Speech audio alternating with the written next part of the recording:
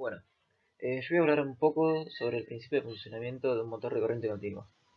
Este funcionamiento se basa en la repulsión que ejercen los polos magnéticos de un imán permanente cuando, de acuerdo con la ley de Lorentz, como se puede ver en pantalla, interactúan con los polos magnéticos de un electroimán que se encuentra montado en un eje. Este electroimán se denomina rotor y su eje le permite girar libremente entre los polos magnéticos norte y sur del imán permanente situado dentro de la carcasa o cuerpo del motor. Cuando la corriente eléctrica circula por la bobina de este electroimán giratorio, el campo electromagnético que se genera interactúa con el campo magnético del imán permanente.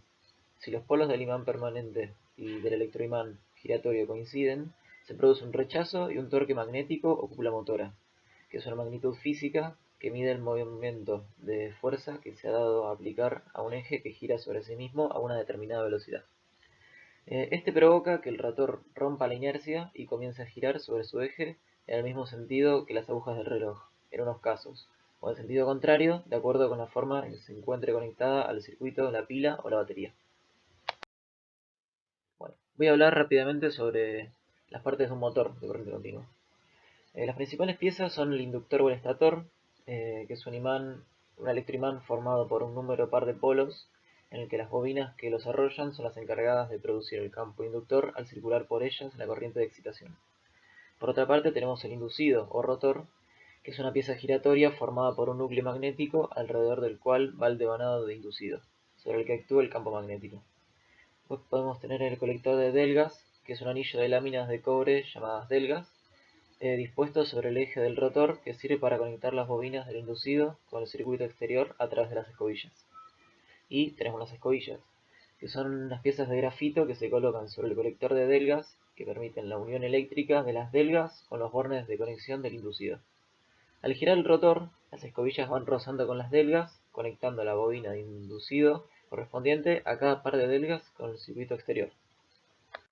Bueno, voy a hablar un poquito brevemente sobre cómo funciona el arranque de un motor de continua. Y podemos decir que el arranque de un motor es el instante en que conecta la red.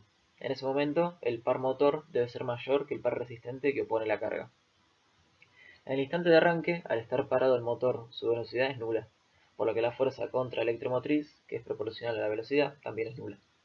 Esto provoca que toda la tensión de alimentación caiga en el devanado del inducido, por lo que en el instante del arranque la intensidad que recorre el motor es muy elevada, pudiendo alcanzar valores de hasta 10 veces la intensidad nominal en régimen de funcionamiento estable y más aún para motores de gran potencia, que es cuando el motor ha alcanzado una velocidad que se mantiene constante, ya que el par motor y el par resistente de la carga están equilibrados.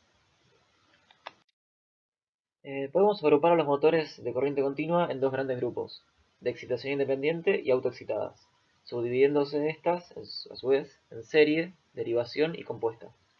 Parece lógico pensar que las máquinas se comportarán de manera distinta para cada uno de estos modos de excitación, y analizando ese comportamiento podremos decir cuáles son sus aplicaciones más adecuadas. Estas particularidades funcionales, así como su comportamiento en servicio, son puestas a manifiesto mediante las curvas características, gráficas obtenidas analizando sus parámetros más importantes. Existen tres curvas.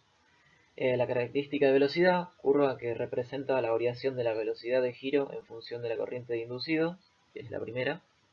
Después, como segunda, tenemos la característica de par, que representa la variación de par en función de la corriente del inducido. Y como tercera, tenemos la característica mecánica, llamada también dinámica, que representa la variación del par en función de la velocidad.